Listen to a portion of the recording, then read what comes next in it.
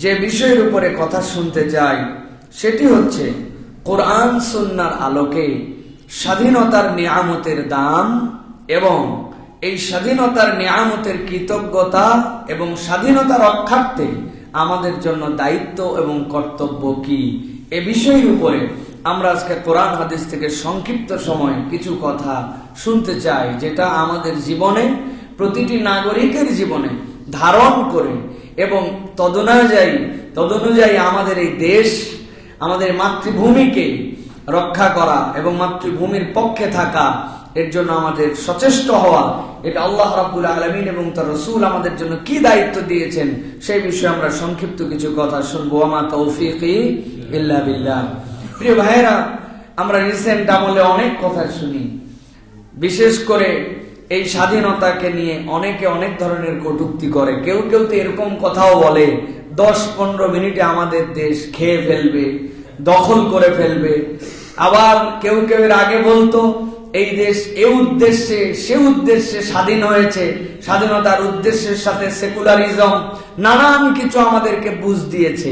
সব আমলে আমাদের এই প্রত্যাশিত স্বাধীনতা নিয়ে কিছু না কিছু মিথ্যাচার এবং কিছু না কিছু আল্লাহ রাব্বুল আলামিনের নাশুকরি ছিল। এই জন্য আজকে আমরা সংক্ষিপ্ত সময় খুবই গুরুত্বপূর্ণ বিষয়ে আমরা কিছু কথাবার্তা শোনার জন্য চেষ্টা করব। আল্লাহ যেন আমাদেরকে এই কথাগুলো শুনে আমল করার তৌফিক দান করেন। প্রিয় ভাইয়েরা, আমি কয়েকটা আয়াতে কারিমার আলোকে আপনাদের কাছে কতগুলো বিষয় বলবো। 1 নম্বর যেটি বলবো সেটি হচ্ছে, কোন জাতি গোষ্ঠী যদি আল্লাহর কোন নিয়ামত পাওয়ার পরে তারা যদি সেই নিয়ামতের হক আদায় না করে, আল্লাহ সূরা নাহল এর 112 নম্বর আয়াতের মধ্যে ভয়ঙ্কর একটা কথা বলেছেন যে যদি তোমরা কৃতজ্ঞতা আল্লাহর দেওয়া নিয়ামতের শুকরিয়া যদি আদায় না করো, রব্বুল আলামিন তোমাদেরকে প্রথমত 2 ধরনের বিপদ দিয়া পরীক্ষা করবেন। বিপদ হবে কয় ধরনের? 2 ধরনের। এটা আল্লাহ রাব্বুল আলামিনের চ্যালেঞ্জ। আল্লাহ রাব্বুল আলামিন উদাহরণ দিচ্ছেন সূরা নাহলের ভিতরে। আল্লাহ বলছেন, ওয়াদারাবাল্লাহু মাসালান ক্বরিয়াতান কানাত আমিনাতান মুতমাইন্না। আল্লাহ বলছেন এই জনপদের মধ্যে এমন কতগুলা জায়গা ছিল, আল্লাহ রাব্বুল আলামিন সেই জনপদবাসীর উদাহরণ তোমাদের সামনে দিচ্ছেন। ওই জনপদবাসীর 2টা নিয়ামত আল্লাহ দিয়েছিলেন। 1 নম্বরে রব্বুল আলামিন তাদের জন্য নিরাপত্তা দান করেছিলেন। ওই মানুষগুলা কখনো নিজেদেরকে অনিরাপদ ভাবতো না, তাদেরকে নিরাপত্তার চাদরে আল্লাহর দয়ায় তাদেরকে সব সময় আল্লাহর পক্ষ থেকে সুরক্ষা দেওয়া হয়েছিল। আল্লাহ বলছেন মুতমাইন্নাতান, সাথে সাথে তাদের হৃদয়ের মধ্যে একটা তাতমাইন করে দেওয়া হয়েছিল। আপনি জানেন আপনার পাশে শত্রু আছে, যদিও আপনি এখন নিরাপদ অনুভব করছেন, কিন্তু আপনার টেনশন আছে একটা, কখন আপনাকে আক্রমণ করে, কখন আপনার চুরি হয়ে যায়। আল্লাহ বলছেন তাদেরকে এমন নিরাপত্তা দেওয়া হয়েছিল যে তাদের হৃদয়ের মধ্যে এটা বসে গিয়েছিল যে তাদের কোনো দুশ্চিন্তা নাই। আল্লাহ রাব্বুল আলামিন বলছেন ইয়াতিহা রিজকুহা রাগাদাম মিন কুল্লি মাকানিন। 1 নম্বর আল্লাহ তাদের সার্বভৌমত্বের নিরাপত্তা দিয়েছিলেন, আর 2 নম্বর তাদের রিজিককে এমন প্রশস্ত করে দিয়েছিলেন চতুর্দিক থেকে তাদের কাছে শুধু রিজিক এসে যেত। সুবহানাল্লাহ। যা লাগায় তাতেই রব্বুল আলামিন বরকত দেন, যে ব্যবসাতে হাত দেয় তার মধ্যে রব্বুল আলামিন বিরাট বড় নিয়ামত দিয়ে দেন। একবার ঠান্ডা মাথায় চিন্তা করেন, আপনার রিজিকের কোনো দুশ্চিন্তা নাই আর আপনার নিরাপত্তার কোনো অভাব নাই। এই 2টা যদি কোনো মানুষের কপালে চলে আসে, তাইলে ওই মানুষ আর ওই জনপদের জন্য এর থেকে শান্তির আর কি হতে পারে? ঠিক কিনা? যা কামাই করছেন, যা কামাই করতে চাচ্ছেন সবগুলি সহজে পেয়ে যান। সাথে সাথে আপনি যা কামাই রুজি করেছেন নিরাপত্তার মধ্যে আছেন, আপনার চুরির ভয় নাই, ডাকাতির ভয় নাই, জীবনহানির ভয় নাই, শ্লীলতাহানির ভয় নাই। রব্বুল আলামিন বলছেন এই 2 ধরনের নিয়ামত দিয়ে একটা জনপদকে আমি ভরপুর করে দিলাম, কিন্তু এরা এমন কপাল পোড়া, ফাকাফারাত বিআনউমিল্লাহ, আল্লাহ যে তাদেরকে নিয়ামত দিয়েছেন তারা এটা ভুলে গেল, ভুলে যে আল্লাহর ইবাদত না করে আসনামের ইবাদত করতে শুরু করলো। আল্লাহর দয়ার পরিবর্তে তারা বুদ্ধি বিবেক খাটিয়েছিল, সময় মতো ইনভেস্ট করেছিল, নানান ধরনের কথা বলে বলে রব্বুল আলামিনের কুফরিতে নিমজ্জিত হয়ে গেল।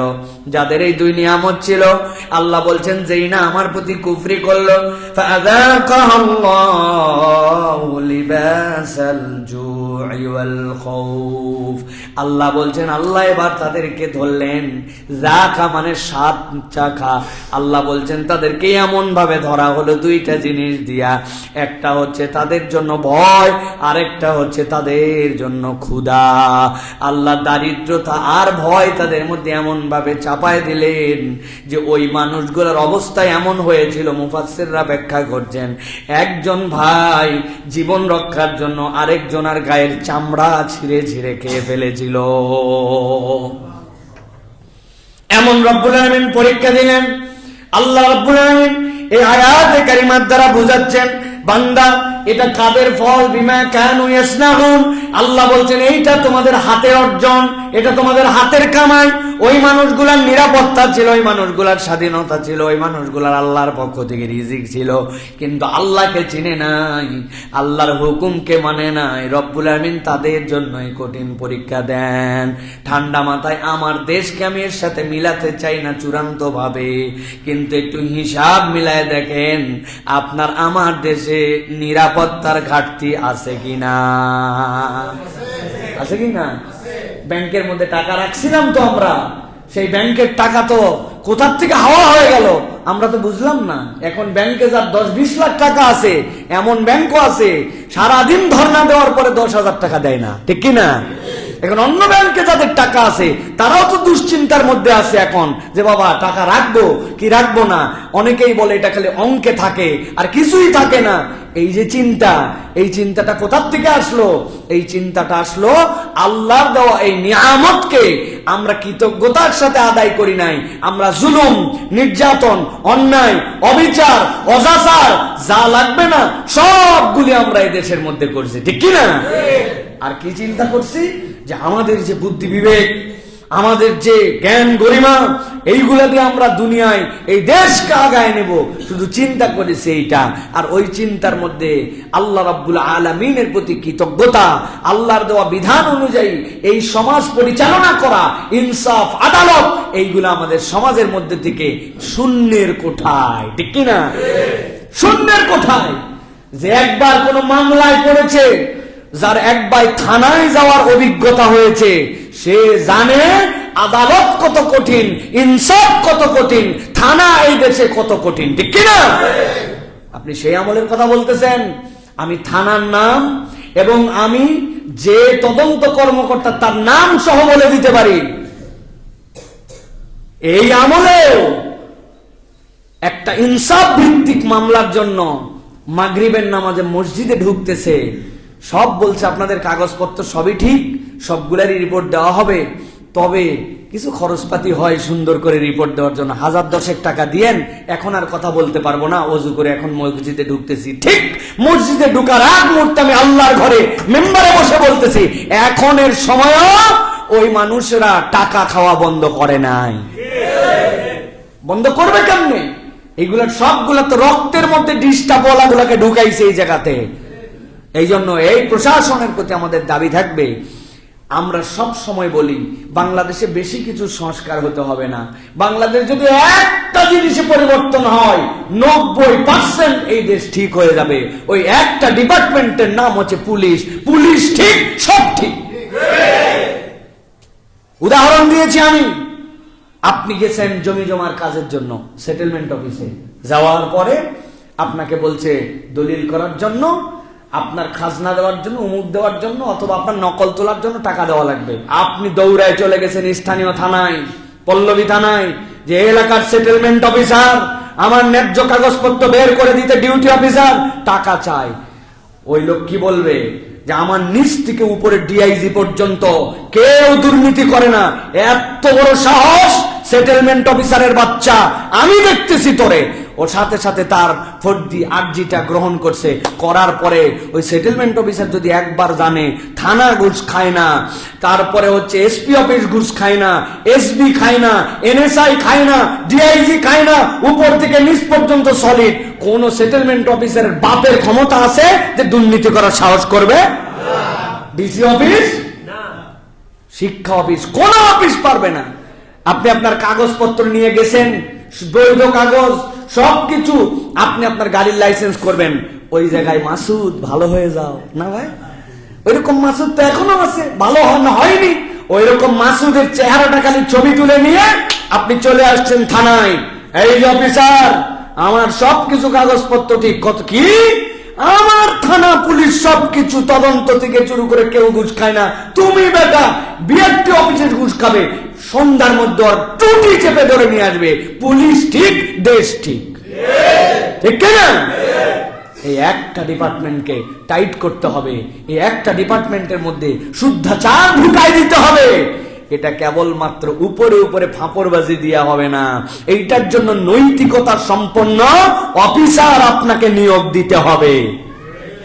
অফিসার কত ইন্টেলেকচুয়াল, অফিসার কত শিক্ষিত, অফিসার কত দক্ষ, অফিসারের কত স্টেমিনা, অফিসার কত দৌড়াতে পারে, অফিসার কত রাত জাগতে পারে, হেন কোনো পরীক্ষা নাই, অফিসারদের সারদাতে নেওয়া হয় না। কিন্তু অফিসার তুমি কতটুকু নৈতিক, কতটুকু কোরআনের নৈতিকতা সম্পন্ন আয়াত তোমার জানা আছে, আল্লাহর নবীর হাদিস কতটুকু জানো, নৈতিকতার কোনো পরীক্ষা তার হয় না। এই জন্য সব আছে, নৈতিকতা নাই, নৈতিকতা নাই মানে কিচ্ছু নাই, তলাবিহীন ঝুড়ি, ঠিক কিনা? আর অফিসারের যদি বাম হাত নাও থাকে, চোখ যদি অন্ধ হয়, অত বেশি দৌড়াতেও না পারে, ভুঁড়ি যদি এত বড় হয়, কিন্তু যদি নৈতিকতা সম্পন্ন মানুষ হয়, তাহলে ওর সামনে দিয়া সুই পার করা এত সোজা নয়, ঠিক কিনা ভাই? অতএব আল্লাহ রাব্বুল আলামিন বলছেন, যদি একবার তুমি আল্লাহর কুফরি করো, জনপদের মানুষের জন্য নিরাপত্তা দেওয়া ছিল, কিন্তু এই নিরাপত্তা থেকে তারা আল্লাহর কুফরি করার কারণে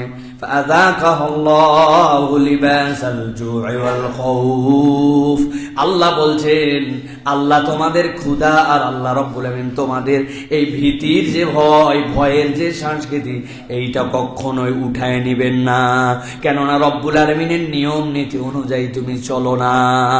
আল্লাহর দেখানো পথ ও পদ্ধতি গ্রহণ করলে ওই দেশের মধ্যে রব্বুল আলামিন নিরাপত্তাও দিবেন, ওই দেশের মধ্যে রব্বুল আলামিন ক্ষুধার কষ্টগুলাকেও দূর করে দিবেন। সুবহানাল্লাহ। এই জন্য প্রিয় ভাইয়েরা, প্রথম দায়িত্ব হচ্ছে যে আমাদের স্বাধীনতা এবং আমাদের আল্লাহর পক্ষ থেকে যে নিয়ামত, এইটার জন্য আমাদেরকে কৃতজ্ঞ হতে হবে। কি হতে হবে? মুখস্থ করে ফেলেন, আমি 5টা পয়েন্টের কথা বলবো। 1 নম্বর, কৃতজ্ঞ হতে হবে।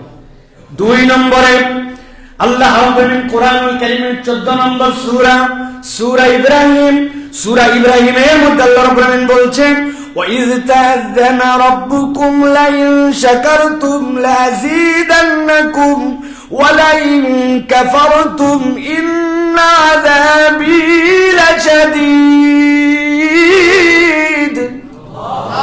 আমার রব্বুল আলামিন বলছেন, ও উম্মতে মুহাম্মাদি, তোমাদের জন্য যে আয়াতটা কোরআনের মধ্যে দেওয়া হলো, এটা আমার পয়গম্বর মুহাম্মদ সাল্লাল্লাহু আলাইহি ওয়াসাল্লামের উম্মতের জন্য শানে নুজুল দিয়ে আয়াত দেওয়া হয় নাই। আমি মুসার ওই কওমের কথা বললাম, যাদের সন্তানদেরকে হত্যা করে ফেলা হতো, নারীদেরকে দাসী বানায় ফেলা হতো, পুরুষদেরকে দাস বানায় দেওয়া হতো, কোন রকম তাদের ইবাদতের স্বাধীনতা ছিল না, ফিরআউন যা ইচ্ছা তাই করত। আল্লাহ রাব্বুল আলামিন তাদেরকে এমন স্বাধীনতা দিলেন, রব্বুল আলামিন তাদেরকে ওই সাগরের পারে নিয়ে আসলেন। এরপরে 12 জনের জন্য রব্বুল আলামিন বাড়ি দিতে বললেন, রাস্তা 12টা হয়ে গেল। কেননা পানি তো আল্লাহর গোলামি করে। পানি আপনার কি মনে হয় মুসাকে চিনে না? মুসাকে চিনে, মুসার কওমকে চিনে, ফেরাউনকেও চিনে। যদি না চিনতো, মুসার কওমকে পার করে দিল কেমনে, আর ফেরাউনকে ওখানে ডুবাই দিল কেমনে? তার মানে পানিও গোলামি করে আল্লাহ। আল্লাহ রাব্বুল আলামিন মুসা আলাইহিস সালামকে পার করে দিলেন। গভীর মনোযোগে খেয়াল করেন, মুসা আলাইহিস সালামের কওম যখন পার হয়ে গেল, ওই পারে যাওয়ার পরে পিছন দিকে তাকাইছে, তাকায় মূসা আলাইহিস সালামকে বলছে, মূসা পার তো আমরা হয়েছি, রাস্তাও হয়ে গেছে, কিন্তু পিছনে দেখো, তুমি বললে ফেরাউনের কবল থেকে মুক্ত, কিন্তু তারাও তো একই রাস্তায় আসে। মূসা আলাইহিস সালাম মনে কষ্ট পাইলেন, কেননা মূসা আলাইহিস সালাম তো স্বাভাবিক নবী নন, একটুখানি তিনি কিন্তু অস্বাভাবিক নবী। অস্বাভাবিক মানে অস্বাভাবিক মানসিক দিক দিয়ে নয়, আল্লাহ প্রকৃতিগতভাবেই তাকে ব্যতিক্রম নবী বানাইছিলেন। এমন কথা উনি বলতেন যেই কথা আর কেউ বলার সাহস পায় নাই। ওটার একটা কারণও ছিল, মূসা আলাইহিস সালামের নাম ছিল মূসা কালিমুল্লাহ, কি আল্লাহর সাথে কথা বলতে পারতেন। এখন আমার সাথে যার ইন্টিমেসি বেশি, আমার সাথে যার কথা বেশি, তার সাথে কথা বলতে বলতে আবেগের কথাও হয়, আবদারের কথাও বেশি হয়, ঠিক কিনা? জীবনেও যার সাথে দেখা হয় নাই, তার কাছে কোনো আদর আবদার করতে পারবো আমি, রাগ করতে পারবো আমি না। কিন্তু যার সাথে বেশি কথা হয়, পৃথিবীর যত নবী রাসূল আসছে সবগুলাকে আল্লাহ ভাইয়া মাধ্যম দিয়ে কথা বলাইছেন। আর মূসা যা বলতো আল্লাহরে ডাইরেক্ট বলতো, সুবহানাল্লাহ। ষষ্ঠ আসমানে আমার নবী গেছেন মিরাজের রাত্রে, সপ্তম আসমানে উঠার আগে জিবরাইল বলছেন, ইনি মূসা, আপনি সালাম করেন আপনার ভাই পয়গম্বর মূসা আলাইহিস সালামকে। সালাম করার পরে মূসা আলাইহিস সালামের পরে মুহাম্মদুর রাসূলুল্লাহ সাল্লাল্লাহু আলাইহি ওয়াসাল্লামকে সালামের উত্তর দিয়েছেন, তার জন্য কল্যাণের দোয়া করছেন। এবার আমার নবী যেই না সপ্তম আসমানের দিকে উপরে উঠে যাচ্ছেন, এমন সময় নবীজি শুনতেছেন কে যেন বলতেছে, কত পরে আসলো, আমি কবে আসছি, আসার পর আমি ষষ্ঠ আসমানেই থেকে গেলাম, আর উনি উপরে হর হর করে উঠে যাচ্ছে। নবীজি এই কথা শুনে জিবরাইল আমিনকে বলছেন, জিবরাইল এই কথা বলে কে? বলে মূসা আলাইহিস সালাম বলতেছে। বলি এরকম কথা বলছে, আল্লাহর সাথে এরকম কথাই ওনার অভ্যাস। আল্লাহু আকবার। এইভাবে উনি কথা বলেন আল্লাহর সাথে। আদম আলাইহিস সালামের কাছে একদিন আসছেন, আসার পর আদম আলাইহিস সালামকে ধরছেন, আব্বা আপনার সাথে কথা আছে। সহিহ মুসলিমের হাদিসের মধ্যে কথা, আব্বা আপনার সাথে কথা আছে। কি কথা? ভাব চক্কর দেখে বুঝছে গরম গরম কথা। বলছে, আব্বা আল্লাহ আপনাকে জান্নাতে রাখছিল। হ্যাঁ, আল্লাহ আপনাকে জান্নাতে বলছিলেন না, লা তাকরাবা হাযিহিশ শাজারা, এই গাছের কাছে আপনি যাবেন না। তো আপনার এত বড় জান্নাত, পুরা জান্নাতে সব জায়গায় যাবেন, ওই জায়গায় যেতে মানা করলো, ওই জায়গায় গেলেন, আর আমাদের দুনিয়ায় আসা লাগলো। এরপরে ঝামেলা, ঝঞ্ঝট, বিচার, জাহান্নাম, আপনার জন্যই যত ঝামেলা। আমার কথা নয়, এইভাবে কথা বলতেছে। বাপরে, হযরত মূসা আলাইহিস সালাম আদম আলাইহিস সালামের কথা শুনে দমে যায় নাই, হেসে দিয়ে বলতেছে, কথা ঠিক রে বাপ, যা বলছিস কথা ঠিক, কিন্তু আমার একটু কথা আছে। কি কথা বলেন আব্বা? বলছে, আল্লাহ রাব্বুল আমিন মানুষকে সৃষ্টির কত হাজার বছর আগে তার তাকদীর লেখে। বলে, মানুষকে সৃষ্টির বহু আগে আল্লাহ কলম সৃষ্টি করেছেন, আর 50,000 বছর আগে তার তাকদীর লেখা আছে। বলে, ও মূসা, 50,000 বছর আগে যে স্ক্রিপ্ট লেখা আছে, আমি আদম ওই স্ক্রিপ্টের বাইরে গেলাম কেমনে? আমার কি দোষ? ওই মূসা আলাইহিস সালাম কম নিয়ে বেরিয়ে গেছেন, যাওয়ার পরে বলছে, ওই যে দেখো পিছনে পিছনে ওরা আসতেছে। স্বাধীনতার কথাটা বোঝেন, আল্লাহ রাব্বুল আমিন কি শিখাচ্ছেন? আল্লাহ রাব্বুল আমিন এরপরে ওই কওমকে দেখালেন, যেই পানি কথা শুনে তোমাদেরকে রাস্তা বের করে দিল, ওই পানি ফেরাউনকে দলবল সহ ডুবায় মারল। 3টা শিক্ষা আছে এখানে। 1 নম্বর হচ্ছে, ধরে না ধরে না ধরে না, ধরলে আল্লাহ, এটা মনে রাখতে হবে। 2 নম্বর বিষয় হচ্ছে, তওবা আল্লাহ পছন্দ করেন, তবে এমন সময় তওবা করছেন বেকায়দায় পড়ে, ওই তওবা আপনার আর কাজে লাগে না। মানুষ তখন আপনার প্রতি বিশ্বাস হারায় ফেলে, আপনার কথা তখন মানুষ আর বিশ্বাস পায় না, ঠিক না? 3 নম্বরে আল্লাহ রাব্বুল আমিন বলছেন, ওয়া ইস্তাযানা রাব্বুকুম, আল্লাহ তোমাদেরকে যে নির্দেশ দিচ্ছেন, কি নির্দেশ? লাইন শাকারতুম, যদি তোমরা কৃতজ্ঞ হও। আল্লাহ রাব্বুল আমিন বলছেন, আজকে তোমাকে মুক্ত করা হলো, স্বাধীনতা দেওয়া হলো, নারীদেরকে গোলামীর জিনজির থেকে মুক্ত করে দেওয়া হলো, আর তোমাদের সন্তানকেও হত্যা করতে পারবে না। তোমাদেরকে রব্বুল আমিন স্বাধীন ভূখণ্ডের মালিক বানায় দিলেন। আল্লাহ বলছেন, মূসা, আপনার কওমকে দায়িত্ব দেওয়া হলো, এখন যদি কৃতজ্ঞ হন আপনার স্বাধীনতার নিয়ামত থাকবে, আর যদি কৃতজ্ঞ না হন স্বাধীনতা কেবল নামে থাকবে। ভালো করে বুঝেন কি বুঝাইছি। স্বাধীনতার নামে থাকবে, কিন্তু আপনার কৃতজ্ঞতা না থাকলে ওইটা আপনার তখন স্বাধীনতা থাকবে না, ঠিক কিনা? সব ক্ষতি এইরকম করে কথাবার্তা বিগত 15 বছরে বলছিল তো না? সামনের সভাপতি বসে থাকতো, সেক্রেটারি এইরকম করে বসে থাকতো, হুজুরে কখন বিদায় করবে এই টেনশনে কথা বলতে দেয় না। এটাই সত্য কথা, এটাই সত্য কথা। প্রত্যেকটা মসজিদের উপর খবরদারি হয়েছে, এই দরজাতে ঢুকে কমিটি বানাইবে, ওই দরজাতে বের হয়ে গেছে। আমরা দেখি নাই এইগুলো? এই খবরদারি আমরা দেখেছি। আল্লাহ রাব্বুল আলামিন বলেন, তাহলে দেশ তো স্বাধীনই ছিল, তা আপনি কথা বলতে পারতেন না কেন? কেন আপনি তখন গোলামীর জিঞ্জিরে ছিলেন? আল্লাহ বলছেন, কৃতজ্ঞ যদি হও স্বাধীনতা স্বাধীনতার মতো থাকবে, আর কৃতজ্ঞ না হলে স্বাধীনতার নাম সর্বস্ব থাকবে। ওই স্বাধীনতার থেকে পরাধীনতা অনেক অনেক অনেক কঠিন, ঠিক কিনা? সিরিয়ার মানুষের কাছে যে জিজ্ঞাসা করেন, ওই বেহায়ার জাত যারা বিগত 2-3 দিনে 600 জায়গার উপরে আক্রমণ করেছে, তারা যে কত বড় বেহায়া, তারা যে কত বড় অত্যাচারী জালেম এই ইহুদিরা, এটা তো আর বলার অবকাশ রাখে না যে ওই সিরিয়ার মধ্যে তারা এমন ভাবে বম্বিং করতেছে একটা স্বাধীন দেশের মধ্যে, কারো কোনো কথা বলা শোনা অনুমতি এজাজত কিচ্ছু লাগে না।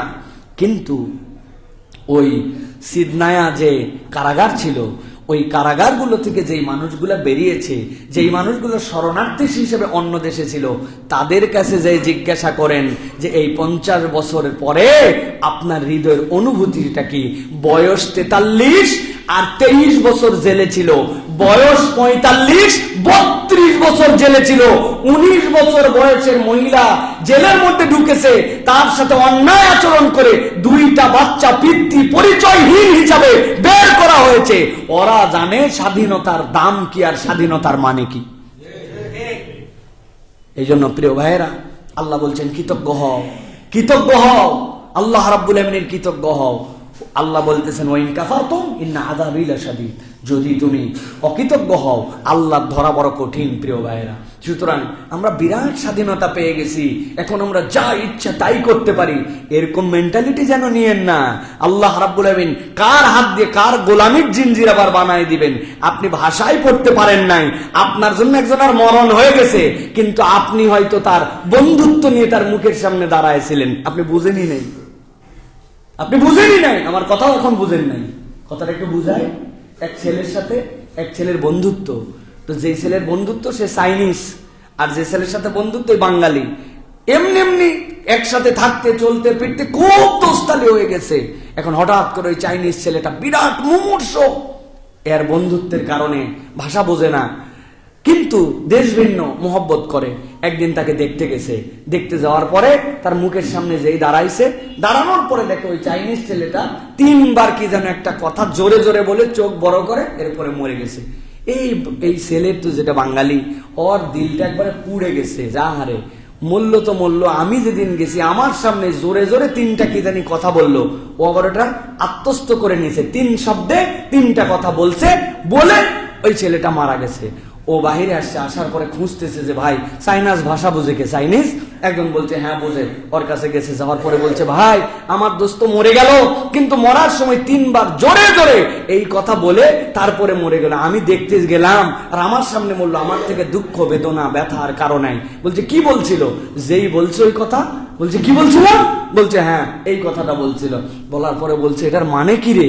এটার মানে বলতেছে যে দোস্ত তুই যখন দেখতে গেছিস, ওর তো অক্সিজেন নাকের মধ্যে লাগানো ছিল, যে পাইপটা অক্সিজেনের ছিল তুই পাইপের উপর খাড়াইছিলি। ওই বলছিল অক্সিজেনের পাইপের উপর থেকে সর, অক্সিজেনের পাইপের থেকে সর, অক্সিজেনের পাইপের উপর থেকে সর।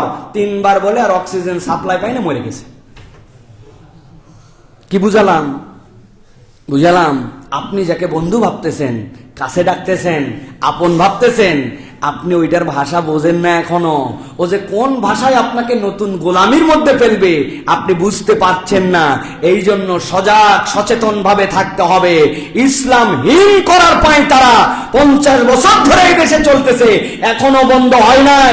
অতএব আমরা যদি সচেতন না হয়, আবার নতুন কোন ফ্যাসিজম আমাদের মাথা চাড়া দিয়ে আমাদের উপর বসতে পারে, ঠিক কিনা? সতর্ক থাকতে হবে আমাদের প্রিয় ভাইরা। আল্লাহ রাব্বুল আলামিন বলছেন, মানুষের চরিত্রটা কি জানো নাকি? এটা আমার কথা নয়। আমার কথা হলে আমার গলার কথা হবে, আমার গরম মারা হবে, আমার ব্যক্তি কথা হবে। আপনি আমার কথা তো সহ্য নাও করতে পারেন, কিন্তু আল্লাহ রাব্বুল আলামিন বলছেন সূরা জুমারের মধ্যে বলছেন আল্লাহ 39 নম্বর সূরার 49 নম্বর আয়াতের মধ্যে, ফাইদা মাসাল ইনসানা দুরদানা সুম্মা ইযা খাওয়ালনাহু নি'মাতাম মিন্না ক্বালা ইন্নামা উতিতুহু আলা ইলমিন বাল হিয়া ফিতনাহ ওয়ালাকিন্না আকসারাহুম লা ইয়ালামুন। আল্লাহ বলছেন, আমি যখন আমার কোন বান্দাদেরকে নিয়ামত দিয়ে বিদ্যুৎ করে দেই, নিয়ামত দিয়ে তাদেরকে আমি রব্বুল আমিনের পক্ষ থেকে আমার দয়া অনুগ্রহে ভরপুর করে দেই। আল্লাহ রব্বুল আমিন বলছেন, ক্বালা ইন্নামা উতিতুহু আলা ইলমিন। ওরা বড়াই করে বলে আমরা উদ্যোগ নিয়ে, আমরা পরিকল্পনা করে, আমরা মাস্টার মাইন্ড হইয়া আমরা এই আন্দোলনে সফল হয়েছিলাম। অথচ 5 তারিখ ভোরের আগ পর্যন্ত কারো বুকের মধ্যে পানি ছিল না। কথাটা ঠিক করে বলেন। উঠানি মারা গপ্প মারে। আল্লাহ রাব্বুল আলামিন বলছেন, আমার ভাষা নয়, আল্লাহর ভাষায়, উতিতুহু আলা ইলমিন বাল হিয়া ফিতনা। আল্লাহ বলছেন এটাই তোমাদের জন্য ফিতনা। আল্লাহ রাব্বুল আমিন বলছেন, ওয়ালাকিন্না আকসারাহুম লা ইয়ালামুন। কিন্তু অধিকাংশই তারা জানে না যে তারা ফিতনার মধ্যে পড়ে গেছে। রব্বুল আলামিনের প্রতি যদি আপনার কৃতজ্ঞতা, তো প্রচেষ্টা লাগবে, কিন্তু রব্বুল আলামিন যদি এইখানে আপনাকে আল্লাহর পক্ষ থেকে নুসরত না দেন, আপনার প্রচেষ্টা কখনো গালেব হতে পারে না। ঠিক কি না? আল্লাহ বলছেন, তো বেশি কিছু চাইনি রে বান্দা, আমি চাইছি স্বাধীনতাকে অস্বীকার করা। এইটা হচ্ছে একটা গোপন মিশন আমাদের এক শ্রেণীর দ্বারা। কিভাবে? যে স্বাধীনতাকে ইসলাম থেকে বিচ্ছিন্ন করে দেওয়া, এটা হচ্ছে তাদের এখন টার্গেট। প্রিয় ভাইরা, স্বাধীনতার ঘোষণা ইসলাম। বাংলাদেশের যে প্রথম অধিবেশন স্বাধীনতার ঘোষণা দেওয়ার পরে 26শে মার্চের যে 7টা 40-এর দ্বিতীয় অধিবেশন হয়েছিল, ওই স্বাধীন বাংলা বিপ্লবী বেতার কেন্দ্র থেকে কোন কথা বলা হয়েছিল? সেখান থেকে কবি আব্দুল সালাম তার ঘোষণাপত্র যেটা পাঠ করে শুনিয়েছিলেন, কি বলছিলেন জানেন? নাহমাদুহু ওয়া নুসাল্লি আলা রাসূলিহিল কারীম, আসসালামু আলাইকুম ওয়া রাহমাতুল্লাহি ওয়া বারাকাতুহু। নাহমাদু ওয়া নুসাল্লি আলা কি সেকুলারিজম? আসসালামু আলাইকুম। তাহলে আপনারা যে এই কথা বলছেন, তারপরে তিনি ঘোষণার মধ্যে বলেছিলেন নাসরুম মিনাল্লাহি ওয়া ফাতহুন করিব। এটা তো হচ্ছে গীতা থেকে নেওয়া, না? না কোন জায়গা থেকে নেওয়া? লা ইলাহা ইল্লাল্লাহ নাসরুম মিনাল্লাহ ওয়া ফাতহুন করিব। এটা ছিল আমাদের ঘোষণাপত্রের মধ্যে। আন্দাগন্দা কথা বলছি না প্রিয় ভাইরা।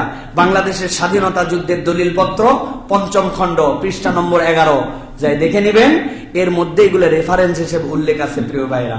মুক্তিযুদ্ধকালীন সরকারি ঘোষণা এবং নির্দেশাবলী যেগুলা ছিল, 14 এপ্রিল আল্লাহু আকবার বলে শুরু, এবং ভবিষ্যৎ আমাদের জন্য, অতীতের চেয়ে ভবিষ্যৎ আমাদের জন্য সুখকর, আল্লাহর সাহায্য এবং বিজয় আমাদের সামনে আমাদের ইনশাআল্লাহ নিকটবর্তী, আল্লাহ সহায়, পরম করুণাময়, আল্লাহর সাহায্য, আল্লাহর উপর বিশ্বাস রেখে ন্যায়ের সংগ্রামে অবিচল থাকুন। এই কথাগুলো বলা হয়েছিল। বাংলাদেশ, আপনারা মুক্তিযুদ্ধের দলিলপত্র যেগুলো 3য় খণ্ড 16 থেকে 18 পৃষ্ঠার মধ্যে এগুলো দেখতে পাবেন। যারা আল্লাহর উপর ভরসা করে মানুষকে উদ্বুদ্ধ করে নাসরুম মিনাল্লাহি ওয়া ফাতহুন করিব বলে আল্লাহ রাব্বুল আলামিনের জন্য সাহায্য চেয়ে যুদ্ধে গেল, আপনি ওই যুদ্ধকে এরপরে বয়ানের মধ্যে নিয়ে আসলেন। এটা নাকি সেকুলারিজম প্রতিষ্ঠার জন্য, এটা নাকি দেশকে ধর্মহীন করার ষড়যন্ত্রের জন্য, দেশকে বৈষম্যমূলক, কখনো বলে সমাজতান্ত্রিক বিপ্লব করার জন্য, উমুক করার জন্য, তুমুক করার জন্য। জি না, এই স্বাধীনতা আর এই ইসলাম অঙ্গাঙ্গিভাবে জড়িত হয়ে আমাদের কাছে এসেছিল। এটা আপনাকে স্বীকার করতে হবে প্রিয় ভাইরা। লেভেল সর্বস্ব ইসলাম নয়। কে বলেছিলেন? আপনাদের নেতা, স্বাধীনতার নেতা আপনারা যাকে বলছেন, এটা আমাদের কথা নয়। আপনারা বলেছিলেন যে 1970 সালের নভেম্বরের সাধারণ নির্বাচনের আগে বেতার এবং টেলিভিশনে আমাদের শেখ মুজিবুর রহমান যে বক্তব্য দিয়েছিলেন, কি বলছিলেন? আমাদের বিরুদ্ধে অপপ্রচার করা হচ্ছে, আমরা ইসলামে বিশ্বাসী নয়। একথার জবাবে আমরা সুস্পষ্ট বক্তব্য, লেভেল সর্বস্ব, ইসলামে বিশ্বাসী নয়। আমরা বিশ্বাস করি ইনসাফের ইসলামে। আমাদের ইসলাম হযরত রাসূল করিম সাল্লাল্লাহু আলাইহি ওয়াসাল্লামের ইসলাম, যে ইসলাম জগৎবাসীকে শিক্ষা দিয়েছে ন্যায় সুবিচারের অমোঘ মন্ত্র। বঙ্গবন্ধুর ভাষণ, নভেম্বর, বাংলাদেশে এই যে স্বাধীনতার দলিল পত্রের পৃষ্ঠা নম্বর 21 মধ্যে পাবেন। তো তারাই তো ঘোষণা দিয়েছেন যে এইটা লেভেল সর্বস্ব, ইসলাম নয়। এখন আপনি বলেন যে এই স্বাধীনতার সাথে কোনো ইসলামের সম্পর্ক নাই। আপনি এই দেশকে ধর্মহীন বানানোর জন্য LGBT অমুক তুমুক এইগুলা নানান মতাদর্শের মধ্যে ঢুকাই দিয়া আমাদের স্বাধীনতাটাকে খর্ব করার জন্য যে চেষ্টা করা হচ্ছে, এক শ্রেণীর মাথার থেকে এই ভূত এখনো নামে নাই। নামে পণ্ডিত কিন্তু আস্ত বদমাইশ, দুনিয়ার সব বুঝে কিন্তু বলে LGBT এটা একটা কালচার, এটার মানে এটা না, এটার মানে সমকামিতা না। আমার আল্লাহ যেটাকে বলছেন লাওয়াতাত, এটা নিষিদ্ধ, এটা হারাম, এটার জন্য একটা নবীর কওমকে দুনিয়ার থেকে শেষ করে দেওয়া হয়েছে। তারা ওইটাকে লেসবিয়ান নাম দিছে, ওইটাকে গে নাম দিছে, ওইটাকে হোমোসেক্সুয়াল নাম দিছে, দিয়ে তারা সমকামিতাকে প্রমোট করতে চায়। আর এই দেশের বুদ্ধিজীবী উনি দুনিয়া বোঝে, দুনিয়ার 7-8টা ভাষা বোঝে, কিন্তু এইটা উনি বুঝে না। উনি বলে মৌলবীরা এইটা নিয়ে বাড়াবাড়ি করতেছে।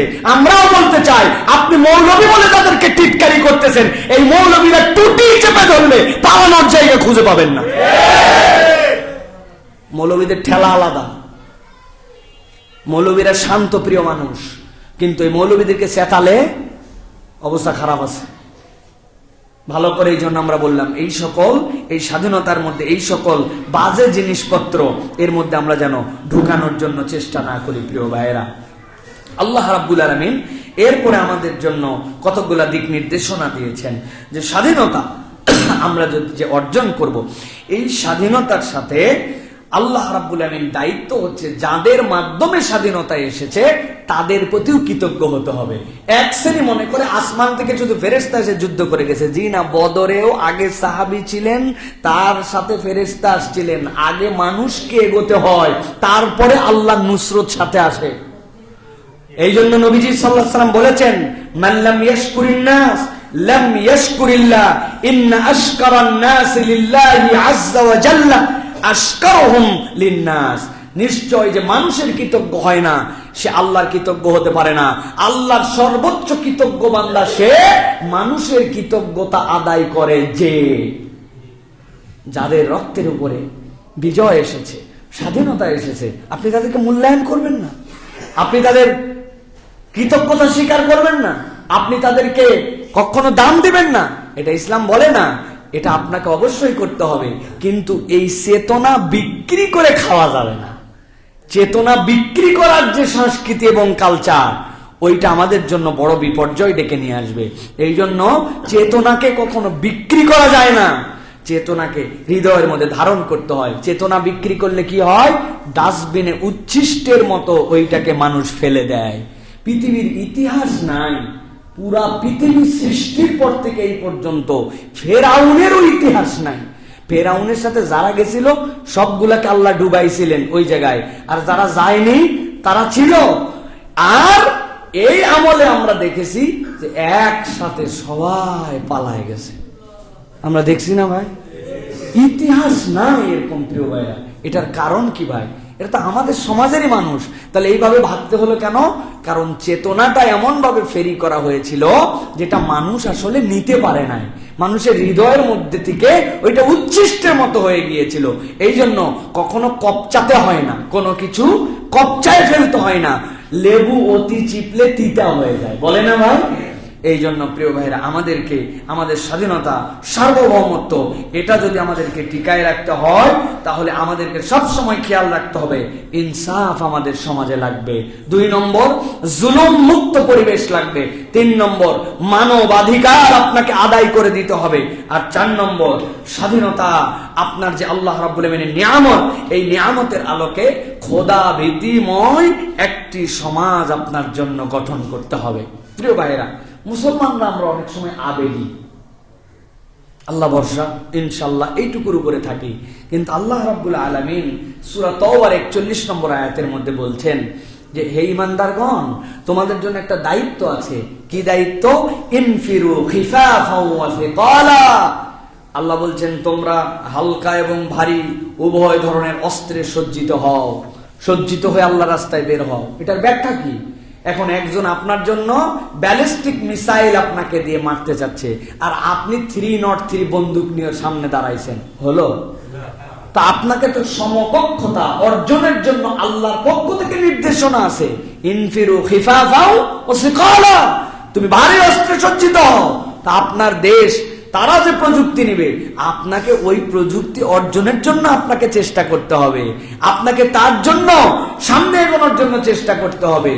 ওই যে আমাদের ওই পারে যে দেশ, আমাদের পাশের দেশ, তারপর ওই পারের দেশ, ওই পারের দেশের অনেক সমস্যা, অনেক হম্বিতম্বি করে, কিন্তু গাল ফুলায়া কিছু বলতে পারে না, অথবা এটাও বলতে পারে না 15 মিনিটের মধ্যে 20 মিনিটের মধ্যে গিলে ফেলবো, খাইয়ে ফেলবো।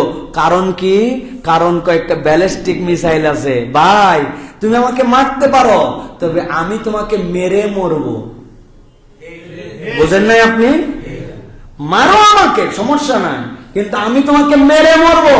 এই চোখে চোখ রেখে কথা বলার শক্তি অর্জন করা আমাদের জন্য দায়িত্ব। এটা আমাদের মধ্যে নাই। আমার বয়ান ইউটিউবে যায়, তাই না? ফেসবুকে আমার বয়ান লাইভ হয়, ফেসবুক ওদের হাতে। কালকেই বলছে যে যতগুলা লোকের নামের শেষে আগে পিছে মুসলমান আইডেন্টিটি গুলা অটোমেটিক সফটওয়্যার দেশের, অথবা নামের সাথে সাইফুল্লাহ, আব্দুল্লাহ, আব্দুর রহমান বোঝা যায়, এটা এআই দিয়ে সিলেক্ট করা হবে, আর্টিফিশিয়াল ইন্টেলিজেন্স দিয়ে সবার অ্যাকাউন্ট ডিলিট। আগামী কালকে সকালের মধ্যে যত মুসলমান অ্যাকাউন্ট আছে 1 সেকেন্ডে ডিলিট করে ফেলে দেওয়া সম্ভব। কথা বলেন? ইউটিউব চ্যানেল, কত বড় বড় চ্যানেল আমাদের আছে না এই জায়গায়, রোজ টিভি, এনএস মিডিয়া, মুসলিম টিভি, হুমুক টিভি, বাপরে মক্কা রাস্তা, আমাদের বাংলাদেশে যেগুলো আমাদের ওদের সবগুলো আইডেন্টিফাই নির্ধারণ করছে। এগুলোর মধ্যে কি সারে রে? ওয়াজ, WAZ, ওয়াজ যদি হ্যাশট্যাগে থাকে সব ডিলিট। আগামীকালকে সকালে সব হাওয়া। আমাদের চ্যানেল আল্লাহ ভাইরা সবগুলা মুদিখানার দোকানদার, পরের দিন থেকে উপায় নাই, চাকরি বাকরি খুঁজতে লেগে যাবে। ভাই এটা কেন বললাম? যে আমরা শক্তি অর্জন মানে খালি মনে করছি ব্যালিস্টিক মিসাইল অস্ত্র। একটা ফেসবুক কত বড় অস্ত্র, একটা ইউটিউব কত বড় অস্ত্র। আজ পর্যন্ত আমরা আমাদের নিজস্ব এরকম একটা প্ল্যাটফর্ম আমরা বানাতে পারি না, ঠিক কিনা? এটাও তো আমাদের শক্তির জায়গা। ওরা প্রোপাগান্ডা করে, ওরা বিভিন্ন ধরনের বাজে কথা বলে মিডিয়া দিয়া। একমাত্র বাংলা পৃথিবীতে আল জাজিরা আছে, যতটুকু আছে ওই আফগানিস্তানের পক্ষে কথা বলছে, যতটুকু আছে ইসলামপন্থীদের পক্ষে কথা বলছে। মিডিয়াটাকে গনে তারা পৃথিবীর ভালো ভালো সাংবাদিক ম্যানেজ করে নিয়ে আসছে, টপ রেটেড ইংলিশ বলতে পারে নিয়ে আসছে, একদম CNN এর সাথে মুখামুখি লেভেল দাঁড়া করতে পারে। ওই একটা মিডিয়ার এই অবস্থা হয়। এরকম যদি 50টা মিডিয়া থাকতো, ওরা প্রোপাগান্ডা চালায় 2টা দিয়া, আমরা চালাই আরো উপর দিয়া। আমরা মুসলমানরা এইগুলোর মধ্যে নাই। সামাজিক অবস্থান তৈরি করা, ব্যবসায়িক ডাইমেনশনে আমরা উচ্চ লেভেলে পৌঁছায় যাওয়া, যেই জায়গা থেকে আমরা যাব। আমরা সারা জীবন কি থেকে গেলাম? আমরা সারা জীবন থেকে গেলাম ম্যানুফ্যাকচারার। সুতা চায়না, সুই জার্মানি, মেশিন ফ্রান্স, তুলা ইন্ডিয়া। আমি খালি করে প্যান্ট বানায় মনে করতেছি যে বাপরে আমি গার্মেন্টস, মেড ইন বাংলাদেশ। কি এর made in Bangladesh? Manufacture in Bangladesh, assemble in Bangladesh. তুলা আপনার না, সুতা আপনার না, সুই আপনার না, মেশিন আপনার না, বিদ্যুৎ আপনার না, কিচ্ছু আমার না। ওরা একদিন বললো সুই দিব না, আরেকজন বলছে তুলা দিব না, আরেকজন বলছে মেশিন দিব না। আপনি ওয়ার্কার গুলারে তখন খিচুড়ি খাওয়ানোর পয়সাও পাবেন না। এই জন্য আমাদেরকে এই ইনিশিয়েটিভ গুলা নিতে হবে যে আমরা যেন ওই জায়গায় যেতে পারি, এই পাওয়ারটা যেন আমরা ক্যারি করতে পারি। দ্বিতীয় জায়গা কি? আমরা ইসলামপন্থীদের আমরা হই হই করি আমরা, আর ওরা 1টা 2টা পেপার পত্রিকা দিয়ে আমাদেরকে আমাদের স্বাধীনতার ফসল সবগুলি তারা উপভোগ করে, চেটে পুটে খায়। আমরা ইন্টেলেকচুয়াল লেভেলে ওই জায়গায় যেতে পারি নাই। ওরা বিবৃতি দেয় কোনো ঘটনা না হলে 101 জন মুখের বিবৃতি কেউ চেনে না, কিন্তু বিবৃতির পর আসে।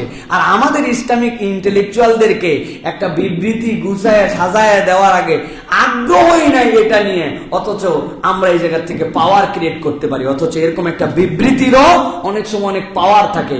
আল্লাহ বলছেন ইনফিরু খিফাফাম ওয়া সিকালা, আপনি নানান দিকে এটার ব্যাখ্যা নিতে পারবেন। তোমরা শক্তি অর্জন করো, স্টেক হোল্ডার হও, তোমরা পাওয়ার ক্রিয়েট করো, তোমরা এমন একটা অবস্থানে যাও যে 10 জন লোক কথা বললে ওটার একটা দাম হয়, ঠিক কিনা? এই যে আস-সুন্নাহ ফাউন্ডেশন এই জায়গায় গেছে, শায়েখ আহমদুল্লাহ যে এই পজিশনটা হোল্ড করেন, কেন? এটা একটা সামাজিক ভাবে এটার অবস্থান আছে, এটার বেনিফিশিয়ারি কয়েক কোটি মানুষ আছে। আপনি উড়াই দিবেন, ওরাই তখন বলবে এই উল্টা পাল্টা কথা বলো কেন। এর আগে একটা ছিল না, কুত্তার ছবি, ছাগলের ছবি, এক ছাগলকে 10 বার 7 বার করে দেখাইছিল, তারা অস্তিত্বহীন হয়ে গেছে, কেন? মানুষ বুঝছে ওরা ফ্রড, ঠিক কিনা? আল্লাহ রাব্বুল আলামিন এটা বলতেছেন ইনফিরু খিফাফাম ওয়া সিকালা, প্রত্যেকে যে যার জায়গা থেকে অবস্থান অর্জন করতে হবে। আমাদের তালেবে ইলম যারা আছে ভালো করে পড়ে না, না দেশের রাজনীতির খবর জানে, না বিশ্ব রাজনীতির পার্ট জানে, না ভালো করে নাহু জানে, না সরব জানে, না সে উসুলে ফিকা জানে, না উসুলে হাদিস জানে। বিরাট ব্যাপার, আরবিটুকু পর্যন্ত তার সারা জীবন পড়লো, আরবিও সুন্দর করে বলতে পারে না, পড়তে পারে না। ফাঁকিবাজি, খালি চিন্তা করছে কেমনে সাজেশন নিয়ে কেমনে পাস করা যাবে। আমার যে একটা এলেম অর্জন করতে হবে, আমার একটা বুৎপত্তি অর্জন করতে হবে, আমার নিজের মধ্যে একটা ধীর শক্তি লাগবে, যেটাতে আমি সমাজ দেশ সব জায়গায় আমি ইন্টেলেকচুয়াল লেভেলে তাদের কথার এগেনস্টে আমার কথাকে সেটাকে উপস্থাপন করতে পারি। না, উনি ওই জায়গায় বিরাট বড় থিওরি দিছে, আর আপনি ওই জায়গায় যে কেবল মাত্র কয়েকটা বাক্য কপচাচ্ছেন, এটা তো হবে না প্রিয় ভাইরা। ইনফিরু খিফাফাম ওয়া সিকালা, আমাদেরকে স্টেক হোল্ডারের এই জায়গাটাকে আমাদের সব সময় অ্যাসেট হিসাবে নিয়ে আমাদেরকে এগোনোর জন্য চেষ্টা করতে হবে। বিশেষ করে আমার তরুণ প্রজন্ম, ইয়াং যারা, তাদেরকে সব সময় এই বিষয়গুলো নিয়ে ভাবতে হবে। আমাদের আব্দুল্লাহ বিন আব্দুর রাজ্জাক ভাই চমৎকার একটা কথা বলেন। উনি বলেন, আমি যখন ইংল্যান্ডের ইউনিভার্সিটিতে ইকোনমিক্সে যখন আমি ওই জায়গাতে পিএইচডি করছিলাম, ইংল্যান্ডে বিশ্বকাপ ফুটবল, ইংল্যান্ডে থাকা অবস্থাতে দেখছি যে টিএসসিতে 20,000 ঢাবির ছাত্র একসাথে খেলা দেখতেছে, সারা রাত হই হই করতেছে। আর ইংল্যান্ডের ওইরকম ক্যামব্রিজে, ইংল্যান্ডের আশপাশের বড় বড় ইউনিভার্সিটিতে তাদের কাছে কোনো খবরই নাই যে পৃথিবীতে আজকে সকার নামে একটা গেমের ফাইনাল হচ্ছে। কেননা তারা তাদের চিন্তা নিয়ে আসে, পড়ালেখা নিয়ে আসে, দেখলেও ব্যক্তিগতভাবে ঘরে দেখতেছে। ইউনিভার্সিটিতে এরকম বিনোদিত হতে হবে এটা তাদের চিন্তাতেও নাই। তারা আছে চিন্তা নিয়ে, তারা আছে গবেষণা নিয়ে, তারা আছে নিজের অবস্থান নিয়ে। তো ওদের ইউনিভার্সিটি র্যাঙ্কিং এক হবে না, তো আমাদের গুলো হবে নাকি? আমাদের গুলো কিন্তু ইউনিভার্সিটি মনে করে না।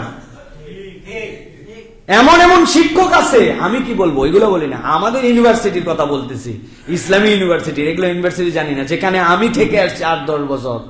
আল্লাহ মাফ করুক, এমন টিচার আছেন যে টিচার হিসেবে সম্মান করি আমরা। ওইগুলো টিচারকে আমরা ছাত্র অবস্থায় পড়াতে পারতাম, ওইগুলো টিচারকে ছাত্র অবস্থায় আমরা, আল্লাহ আমাদেরকে যতটুকু যোগ্যতা দিয়েছিলেন পড়াতে পারতাম। কিভাবে নিয়োগ হয়েছে? মামু, খালা, শালা, দুলাভাই, এই সকল দিয়ে উনি নিয়োগ হয়ে গেছে। উপর থেকে 1, 2, 10 র্যাঙ্কিং এ নাই, উনি 41 নিয়োগ হয়ে গেছে। ঢাকা বিশ্ববিদ্যালয়ে আলাদা 10 থেকে 11টা ডিপার্টমেন্ট খোলা হয়েছে শুধু শিক্ষক নেওয়ার জন্য। ভালো করে বুঝেন কথাটা, ডিপার্টমেন্ট খুলে শিক্ষক নেয় নাই, দলীয় লোক নেওয়া লাগবে জন্য ডিপার্টমেন্ট খুলছে। আমার কথা নয়, গতকালকের পত্রিকা সার্চ করে দেখবেন আপনারা, এগুলো বানানো কথা নয়, শেষ করে দিছে সব।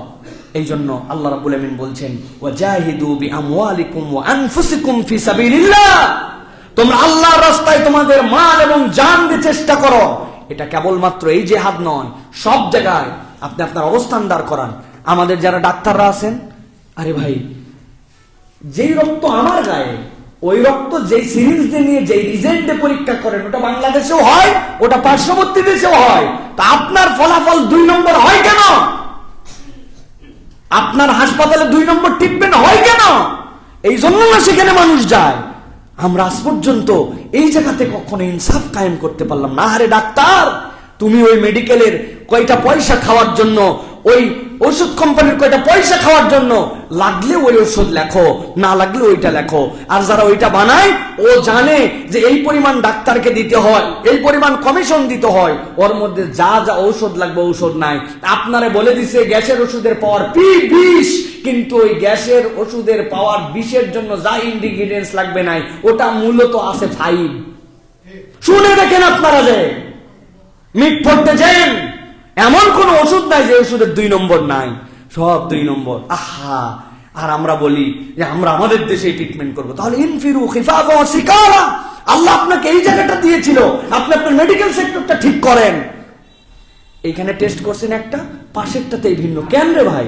মেশিন যদি এরকম হয় তাহলে আপনার অবস্থা এরকম। বলছে আপনার কিডনি শেষ, বলে দিছে আপনার কিডনি শেষ, যে কোনো সময় মরে যেতে পারেন, বাইসে আসেন তাই তো বেশি।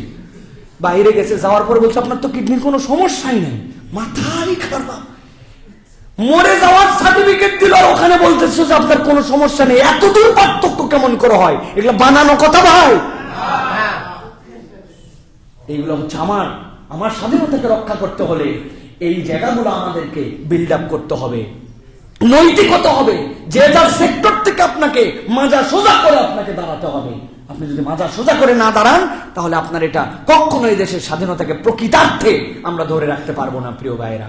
তবে শেষ কথা বলবো প্রিয় ভাইয়েরা, যে আল্লাহ রাব্বুল আমিনের শুকরিয়া, প্রস্তুতি, ইনসাফ, আদালত, আল্লাহ ভীতি সবই লাগবে, কিন্তু ভয় পাওয়ার কোনো কারণ নাই। ভয় পাওয়ার কারণ নাই। আল্লাহ রাব্বুল আমিন বলছেন, রাব্বুল আমিনের সুন্নাত আছে, আল্লাহ রাব্বুল আমিন মানুষকে সফলতা দিবেন, আল্লাহ রাব্বুল আমিন মানুষের জন্য কল্যাণের ব্যবস্থা করবেন। সেটা ইমানদার হোক, গায়রে ইমানদার হোক, যেই হোক না কেন, তরিকাটা আল্লাহর বলে দেওয়া। এই পদ্ধতিতে যদি তুমি যাও, তোমার মধ্যে যদি ইনসাফ থাকে, আদালত থাকে, ন্যায় অনুভূত থাকে, তুমি হিন্দু হও, মুসলমান হও, বৌদ্ধ হও, খ্রিস্টান হও, তুমি যদি ব্যবসায়ী হও, তোমার এই নীতি নৈতিকতা যদি থাকে, আল্লাহ রাব্বুল আলামিন ওই হিন্দুকেও সফল বানাবেন, খ্রিস্টানকেও সফল বানাবেন। রব্বুল আলামিনের এইটাই স্ট্র্যাটেজি। কিন্তু আল্লাহ রব্বুল আলামিন বলছেন, যখন তুমি আল্লাহ ভীরু হয়ে যাবে, আর আল্লাহর জন্য যখন তুমি প্রস্তুতি নেওয়ার পরে বুক চিতায় দাঁড়ায় যাবে, এরপরে তোমার ঘাবড়ানোর কোনো কারণ নাই। তোমার দেশটা 1,56,000 বর্গ কিলোমিটার, নাকি শুধু 56,000 বর্গ কিলোমিটার, আর একটা দেশ 20 লক্ষ বর্গ কিলোমিটার। আল্লাহর কাছে এইটা তখন আর কোনো সাবজেক্ট হয় না।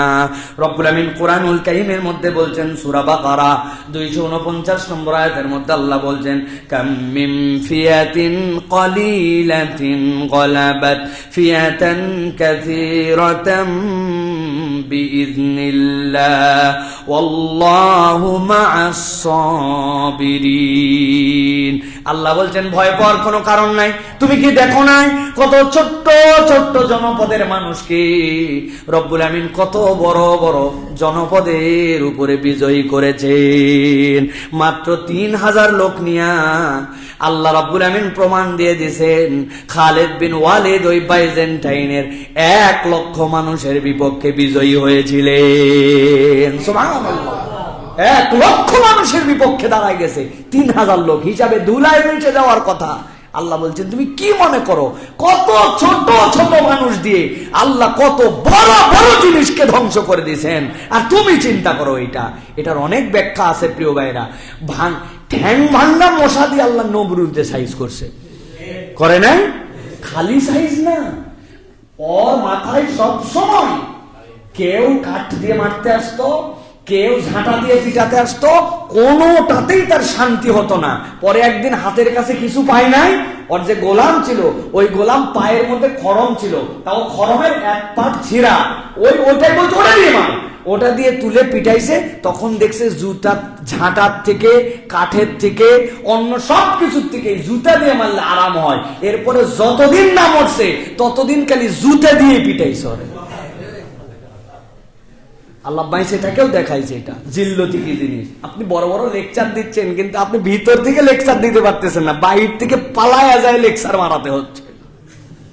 আর বললাম না, বাকিটুকু বুঝে খায়েন আপনারা। হ্যাঁ, আল্লাহ রাব্বুল আমিন বলতেছেন এই জন্য যে বিইজনিল্লাহ, তার সাথে আল্লাহ রাব্বুল আলামিনের আদেশ লাগবে। আর আল্লাহ বলতেছেন, আল্লাহু মা'আস সাবিরিন, তুমি যদি ধৈর্য ধরে থাকতে পারো রব্বুল আলামিন তোমাকে বিজয়ী করে দিবেন। সুবহানাল্লাহ।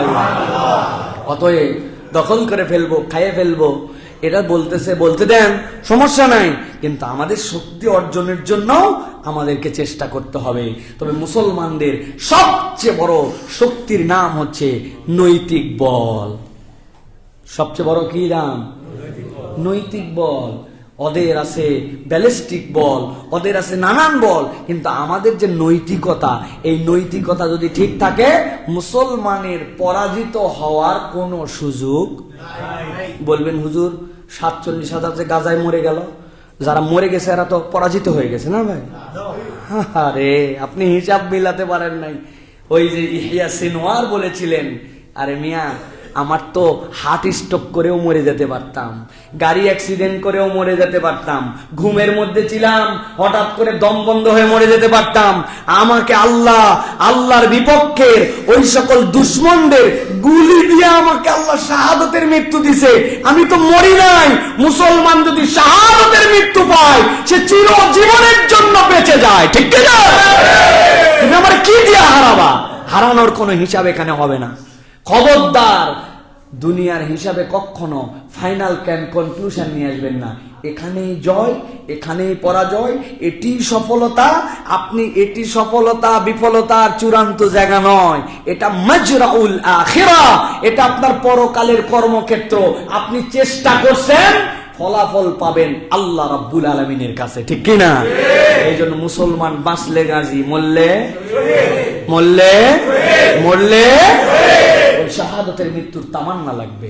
ওই তামান্না দেখলেই বাকিদের ইনশাআল্লাহ, গরুর মুত যারা খায় ওরা অটো মুতে দিবে। যে জাতি এখনো শেখে নাই কি ফেলা লাগবে আর কি খাওয়া লাগবে, তাদেরকে চিন্তা করার সময় আছে? দুধটা আল্লাহ নিয়ামত দিলেন, ওইটা খাওয়া লাগবে, ওইটা দেয় ফালায়া। আর মুতটা দিলেন আল্লাহ, ফালা লাগবে, ওইটা। যারা মুত খায় দুধ ফালায়, ওদের কিনা আমাদের চিন্তা আছে? নিজেদেরকে নিয়ে চিন্তা করেন। আমাদের স্বাধীনতা, আমাদের সার্বভৌমত্বের জন্য আমাদেরকে নৈতিকতা সম্পন্ন মানুষ হতে হবে। আল্লাহর কাছে যেন বুকে হাত দিয়ে বলতে পারি, রব তোমার আইনের পক্ষে ছিলাম, তোমার ইনসাফের পক্ষে ছিলাম, আমি কখনো আদালত ইনসাফ ব্রেক করি নাই। ভাই বোনের সম্পদ আমার কাছে ছিল, আমি কামা হক্কাহু আদায় করে দিয়েছি। নামাজ থেকে আমি গাফলত করি নাই, মুখ ছিল মিথ্যা কথা বলি নাই, গীবত গিল্লা করি নাই, পরোপকারের জন্য আমি সর্বদা চেষ্টা করেছি, যা ইবাদত করেছি ইখলাস লিল্লাহ, অন্তর থেকে তোমার জন্য কেবল করেছি। আল্লাহ বলবেন, বান্দা দুনিয়ার কেউ হয়তো তোকে চেনে না, কিন্তু আল্লাহর ফেরেশতারা তোকে চেনে, আয় খালি আমার কাছে, সালামুন কওলাম মির রব্বির রহিম। রব তোকে সালাম দিয়ে দিয়ে জান্নাতে নিয়ে যাবে। কিসের দুনিয়ার সফলতার বিফলতার চিন্তা আছেন? কিন্তু আমাদের চেতনাটা জাগ্রত করতে হবে, নৈতিক মানুষ হওয়ার জন্য চেষ্টা করতে হবে। আল্লাহ আমাদের স্বাধীনতা, সার্বভৌমত্ব, আমাদের এই দেশকে আল্লাহ রাব্বুল আলামিন হেফাজত করেন। আল্লাহ দেশের পক্ষে কাজ করার মতো, লড়ে যাওয়ার মতো আমাদের মন মানসিকতা দান করেন।